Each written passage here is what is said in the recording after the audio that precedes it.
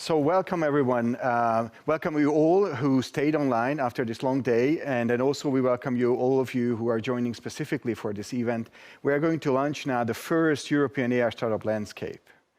My name is Chandra Albrecht. I live here in Sweden. I'm working very closely with AI Sweden and Ignite Sweden on making this common landscape.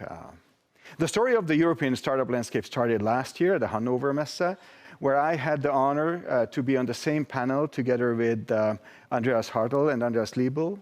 And basically, after discussing the bilateral Swedish-German AI partnership agreement, we really decided that we have to do something for the startups and something for the whole Europe. But that's history now. And of course, 18 months dedicated work for a lot of other people. And I'm so excited to have so many distinguished guests and participants from France, from Germany, and from Sweden. So without further delay, let's start the program.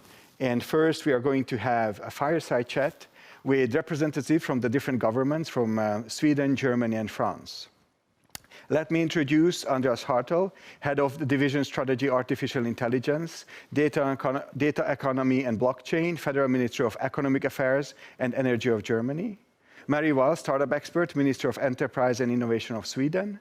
And Christel Fiorina, Senior Project Leader, Artificial Intelligence, Video Game and Esport, Ministry of Economy and Finance of France.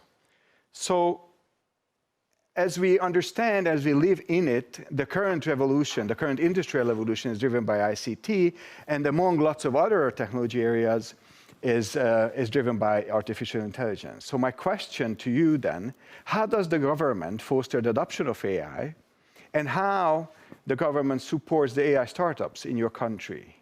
Andreas, if you could have your view, and then the German view. Yes, thank you, and good Kval Allah into the audience. Thank you for having me. Now, the basis for the German support of the AI adoption is the National AI Strategy that was adopted almost 2 years ago. And we decided to allocate another 3 billion euros investment. And this year, we also decided to spent another 2 billion euros coming from the economic stimulus and future package. So 5 billion euros dedicated only to AI until 2025. In a nutshell, the narrative of the German strategy is we know how to make AI, but we are not doing it. So therefore, the transfer is really key to us. And just to highlight a couple of initiatives we started. One, of course, is Gaia-X, a secure and trustworthy data infrastructure. And I'm sure, or I hope at least, that most of you already know that. And Gaia-X is not only about storage, it's also about services that can be provided in a whole data ecosystem for the whole economy. What we also do is we support breakthrough innovations. We set up and established an agency only for breakthrough innovations, the Agentur für Sprunginnovation, which means like breakthrough innovations. And we're also supporting sandboxes, not only for technologies or business models, but also to try and test regulatory approaches. And I think that's also very important for AI. Now, with a special view on SME, one of the flagship initiatives we started is that we established a system of AI coaches, more than 50 at the moment in the 26 regional SME centers of excellence spread throughout the nation. And they're teaching, training, coaching SME companies. And we also conduct special innovation competitions. We currently have a third call on the crisis resilience of the whole economy with a special view, of course, to the corona pandemic. And to wrap up with startups, we doubled our funding for Exist, which is a program supporting people from universities to start their own business.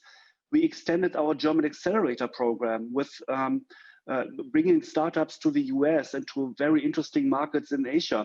We have our DE Hub initiative, bringing together corporates, academia, and startups in several hubs in Germany. And we are working on a more innovative procurement system, which is a very hard task. Thank you, Andreas. Thank you for your thorough answer. So now I move over to Christel. So how do you see what's happening in France? How do you foster AI adoption and how you support the AI startups? Good evening, everybody from Paris. We have in France our national strategy since March 2018. And since 2018, we had a huge public investment in favor of AI and especially in favor of startups. In that program, we lead call for projects, for instance, in sharing data. We help groupments of enterprises to share data in order to develop AI technologies. And we also help the startups to make challenges with big companies or big public organizations so that they can have use cases in AI to develop new technologies in the sector of health, environment, mobility, for example, and the future of industry. On the second hand, we have also a program which name is French Tech, and the French Tech program is led by the French government in order to help startups to invest in France, to grow in France, and also to develop technologies with an accurate legislation and also with strong links with the ecosystem of research, because in France we also invest on the research center. We have an ecosystem of AI institutes, which is the ecosystem of excellence for research in France, and the AI institutes are leading programs in transfer from research to industry. Thank you. And on French Tech also, just to finish, we have also an opportunity to promote abroad the French technology on that. But I would like to conclude on that point that for us in France, the good level to lead the battle in AI between USA and China is the European level. That's why we strongly want to cooperate with the European Commission and the member states, and we strongly support the coordinated plan in AI. Thank you very much. Thank you, Krista. So from Paris back to Stockholm, Mary, please share the view from the Swedish government. Unmute. So I think that our most important initiatives is probably AI Sweden. That is this collaboration platform between different parts of Sweden. And that platform also supports both collaboration with startups, collaboration within larger companies, test beds, etc., and research.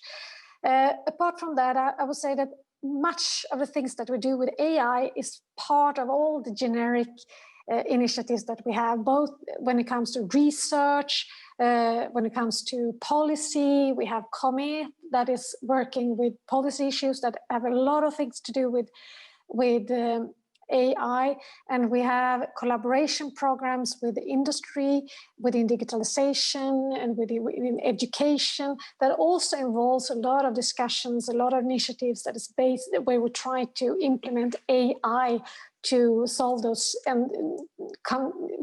challenges. But apart from that, I would say that currently what we in Sweden have, we have a strong focus on data as well, because we need to also to secure that we have the data sets and we have open data that can really be used as a basis for smart AI solutions. OECD submitted a report to the Swedish government on the digitalization policy. And in this report, one of the strong recommendations was really to work hard on artificial intelligence. And as a consequence of this, SCB, the Statistical Central Bureau, got a task to map how companies and how the public sector and how the academia in Sweden is really handling and using the large amount of data and how they are working with artificial intelligence to use this data for smart decisions, etc.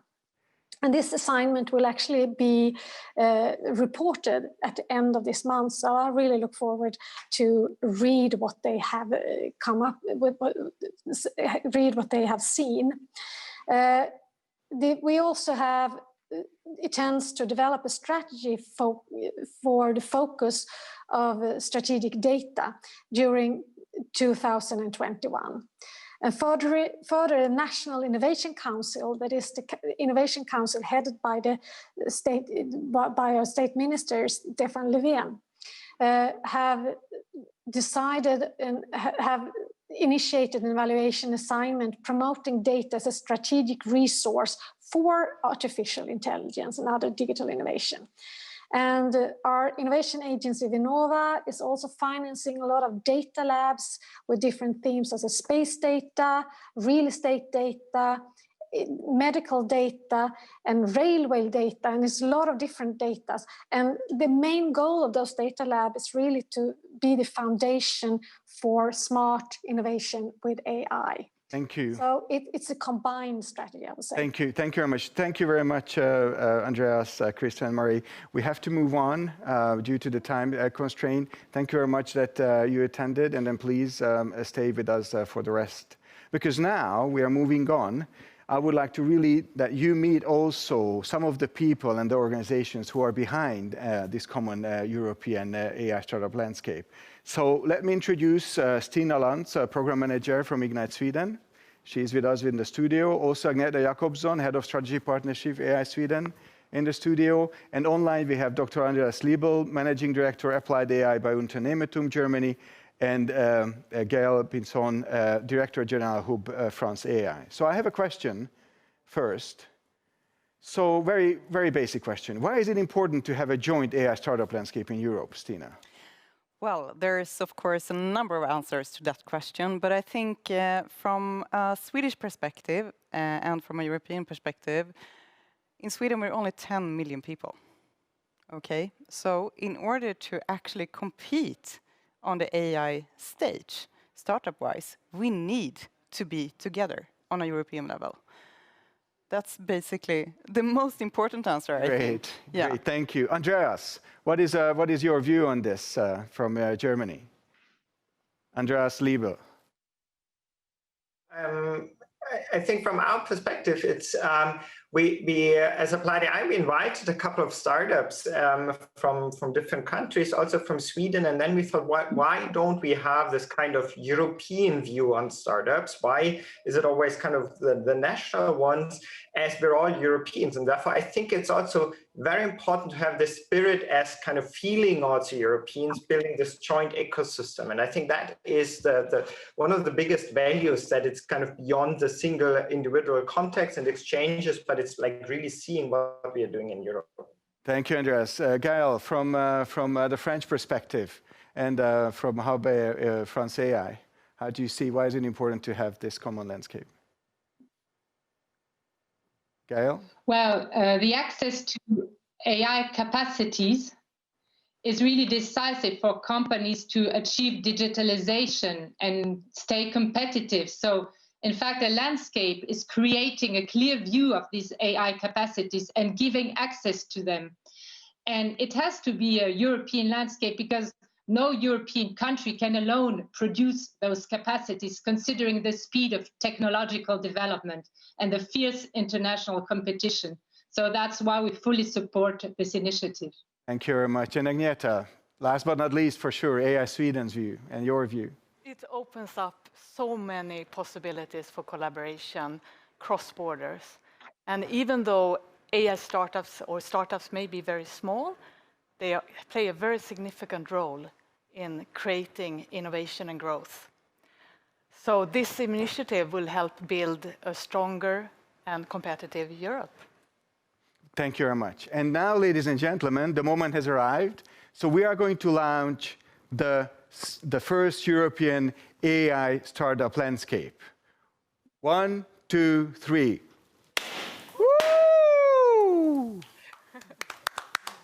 Andreas Liebel, please introduce the first European AI startup landscape and talk a little bit about the possible next steps. Yes, so what you can see here, it's AI-startups-europe.eu. You see the landscape, you have the main view of the European landscape, and then you can see actually all the different startups from all the different categories there in a kind of nice landscape view, and then all the startups additionally in a list view. And then at the very bottom, you can also find what the contributing organizations are. Lots of startups. It's about 550 startups. And in the end, as said, you can find us as the contributors, like a get in touch form, as well as a couple of descriptions of what we do. The nice thing now is that you can switch to a national landscape, the German one, the French one, the Swedish one, and you can filter the landscape. It's a pretty dynamic view. Then if I go back up here, so you can filter, for example, by industry. So if you look for a different industry or a specific industry, you can just click on that and you see the startups that fit to the industry. You have the direct link to the startup, and you have a direct connection where you can then actually simply, well, approach the different startups in each category. You can find and search for specific companies. You can also filter for a specific startup landscape. Well, this is now in education. I need to go back up to, let's start the European landscape here. You can click on from all industries, then let's see the French startups, and then you have here all the French startups from all the different categories as well. So that's a nice, easy to use overview. If you're a startup and you want to be part of that, each of the national landscapes has a direct connect to the organizations that manage the landscapes. If you are a country within Europe and want to be part as a country on that landscape, in the European landscape, there is a link where you can actually also ask to be part of this landscape as a whole new country in there. Because what we want is ultimately a European landscape. It shouldn't be just the one for the 3 countries, but it should be really a European one. So we're happy to extend it to many more countries. What is important that the startups on this list are quality checked. They are the good ones, not all the startups that say that they're using AI, but really the ones we see and consider as the best European startups in AI. Thank you. Oh, thank you, Andreas. And then it's very important, as Andreas said, that it is official that we will have next steps, and we would like to onboard more and more startups, of course, but not just more and more startups, but more and more countries. So to be continued for sure, and then we will drive that further. Thank you very much. So before we leave the organizers, I have a very specific questions a little bit towards you. So why does your organization support this? And then what is it, how does it relate to your strategy really? So what is in it for the different organizations who are part of this? Gail, what is it in for Hub France AI? Well, Hub France AI has as a mission to support the best use of AI among its members, and also to contribute to a European AI, because we believe AI is so important that Europe really has to develop its own solutions and infrastructures, not rely on non-European solutions. Even if we have good partnerships, we need to have our own capacities. And this European landscape is one of the milestones to develop our own European capacities. Thank you very much. It's fully aligned with the mission of Hub. This is very good to hear. Stina, Ignite Sweden. Yes, I can, of course, totally agree with Gail. And I think furthermore important from Ignite Sweden's perspective, we're an organization helping startups actually find customers. That's what we do on a daily basis, also non-profit and national. And to have this being a part of the map for our Swedish startups also opens up the market of European large potential customers. So that's basically, that's why we think this is super important. This is very more good. Business to the startups, Absolutely, basically, which in is Europe. very important. Yes. Agneta, AI Sweden's perspective. Yes, if we go back to our goal, our primary goal, it is to help accelerate the use of AI in Sweden. And startups play a most significant role in this, and we are committed to making them successful. So we believe strongly that giving startup this visibility will really help promote collaboration and their possibility to be successful. And in addition, this joint map are really making sure that we also, our corporates and our public sector that we work with, and that are also important partners in order to make the whole ecosystem use and apply AI, they can find and learn and need to work with startups, and they can find now also other European startups. So that's very important to us. Thank you very much. And thank you. And then Andreas, of course, I mean, you have done the first one, I guess, in Germany. At least we got inspired by you and then adopted. So from an applied AI perspective, please. Applied AI is part of Unternehmertum. Unternehmertum is the largest innovation center in Germany, also non-profit, and it's really applied AI also is really about the acceleration of the adoption of AI. That's why we built Applied AI. And obviously, most of this adoption topics come from startups. They are the ones that help the organizations, the industries. And that's why we started with the landscape in 2018. So it's the third year for us to have an AI landscape, and it actually helped startups. So we got some good feedback from the teams that are on the list. So that's why we then said, well, we need to have this on a European level, and very happy that also from a German perspective, the German Accelerator and German Entrepreneurship joined, and now we have this on a European level. Thank you very much. Thanks a lot. It's a great work. You should be really proud of yourself and the organizations, and then to be continued. But most importantly, the next session is about the startups themselves. So we have 3 startups with us, one from Germany, one from France, and one from Sweden, who are on the map, obviously. So congratulations to you. So they are Greater Than from Sweden, and then we have Liselott Johansson, the CEO, with us. Greater Than is basically a company who has a solution for price risk per individual car in real time, helping insurance carriers and automotive OEMs to take better decisions. So InsurTech company. We have Davidson Macaire from 22 from France. They're specialized in computer vision, including AI and virtual and augmented reality. They develop tools of tomorrow to augment humans. Very, very interesting. And we have Josef Suss, founder of Blinkin from Germany. And then they provide a frictionless visual remote support to help anyone, anywhere, with anything using their computer vision, AI, and augmented reality technologies. So I have a question, the first question to you then, startups, representatives of startups, is that what are the benefits for you to be on the AI startup landscape?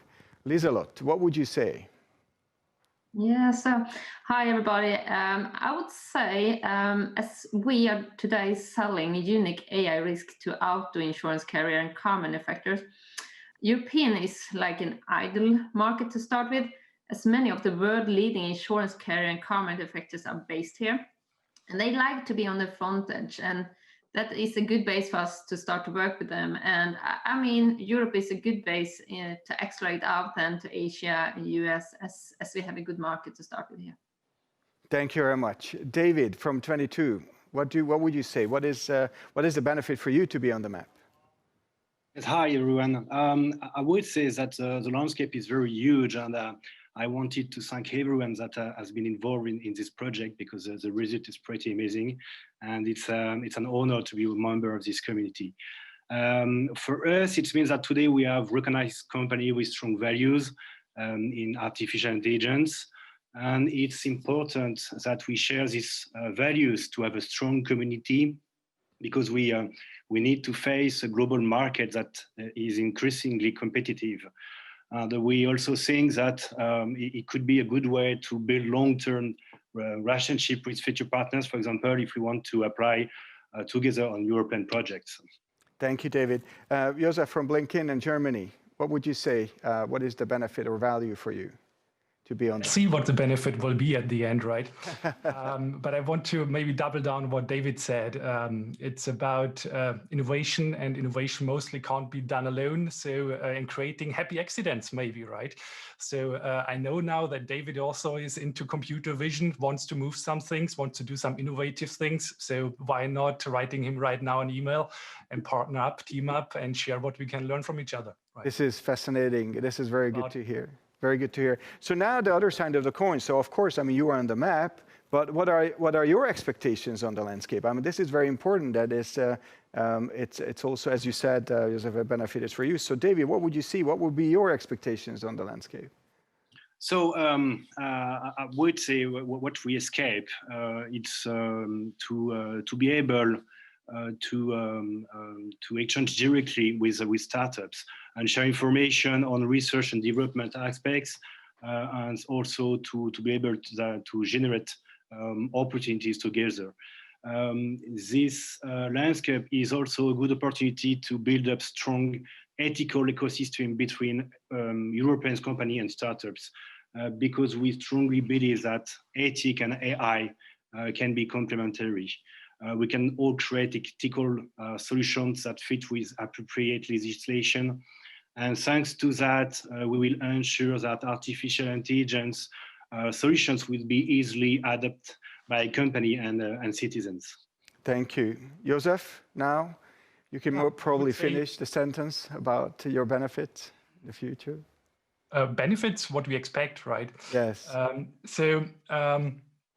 Expectations are probably, to be honest, right now not there. So first it's about what can we contribute to that kind of ecosystem, and then maybe we can have some expectations. For us, it's about basically meeting other startups, corporates, researchers, and getting together with them, because I think the only chance what we have as a European ecosystem is to team up. We are a diverse continent, and probably diversity is one of the few strengths we have in Europe. So I think the only chance is that we use that, right? Thank you. Thank you. And of course, Liselott, from your perspective, what are your expectations? My expectations is really high. I mean, I think the market will explode of the use of AI. As in the area we are working, the use of AI is like a win-win. I mean, they have the customer here, they have the insurance carrier and car manufacturers, and they will gain a lot. They will get lower claims cost. And I mean, they have huge amount of consumers here in Europe, and the end user, they get lower insurance premiums. And I mean, if you also look to the total, what an AI can, I mean, how the society can benefit from it is, like when we use the AI, we drive safer, we get less accidents on the roads, we get less CO2 emissions while we drive safe. So I think the AI can give so much value for both our customers, the end users, and the society. And I mean, Europe is a really good base to start with. And I mean, from Sweden, we have a huge focus on the technology and scale. So yeah, I think it's a really nice market to work from. Thank you very much, Liselott. So, dear all, this week the event is basically finished, nearly very close to be finished. Thank you very much for all your participations, and then I really hope that this common European AI startup landscape will be something will be live, will help you, will help all the ecosystem partners to get united and to show the strengths and opportunities what we have in Europe when it comes to AI.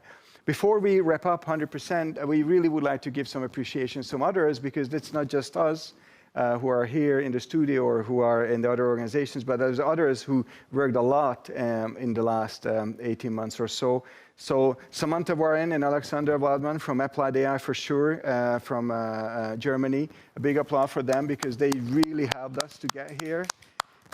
And then, of course, from my team, we had Michelle Andersson, Maite Bejon, and Jenna Persson, who's done really a fantastic job with gathering all this data. Big applause. Big applause for them as well. Absolutely. And then, of course, from AI Sweden. Yes, from AI Sweden, we have Katarina Ferson and Peter Cucciuelli, that have both been doing a fantastic job to support this journey. Thank you very much for them as well, of course. And then, of course, I mean, because AI Sweden has lots of startups who are supporting them, you had some support from some startups as well during this journey. Of course, we took great help of Martin Rugfeldt and Malena Klaus from Sentian, who actually helped us together with Unternehmertum to build the webpage and being very, very active in the selection process. And I'm also realizing that we need to say a big thank you also to Vinnova. Absolutely. That has been a crucial part for actually allowing us to do this. Exactly, and supporting us. as well. And then from the Research Institute of Sweden, Åsa Rudström and Marie Ivarsson, who was crucial to this journey as well. So big applause for them. And then the evaluation committees all over. Last but not least, the evaluation committees has been absolutely fantastic, of course, to support this. How many did we review? In Big numbers. Sweden, we actually reviewed 330 startups in the evaluation committee. And that consisted of 15 people. So that's quite fantastic. Fantastic. And I think it was something about the numbers that we actually heard, but it was kind of, how many startups are there actually on the map now? It's, I think Andreas mentioned that it's more than 550 or something. It's more than 550, and that's fantastic. That's fantastic, and that's just a start. Exactly, that's only a start, because it's only Sweden, France, and Germany, and we know for sure that there are more startups qualifying in all of our 3 countries. And then more countries will come. Absolutely. So by that, I would like to wrap up this launch event. And say welcome very much tomorrow again, because we're starting off from this studio at... We're going to have a lot of breakout sessions in the morning, so please keep a lookout in the portal. Hop in for that. It will be super interesting. For all of you startups, there will be a B2B super masterclass on B2B sales. That is a no-miss. Take that one. And then we have a session about ecosystem, where we're actually going to talk about and discuss the differences between Germany and Sweden.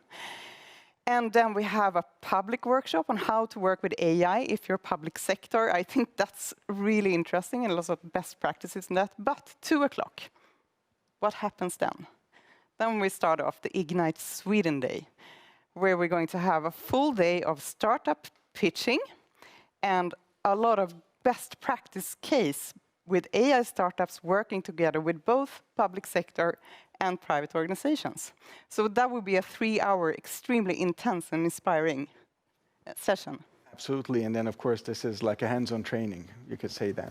Say that. Thank you very much for today. Thank you very much for tonight. Thank you for all you joining us for the launch, and enjoy the new website. Start to dig in and then try to understand that. Who would you like to relate to? Use it, don't abuse it, and to be continued. Thank you very much.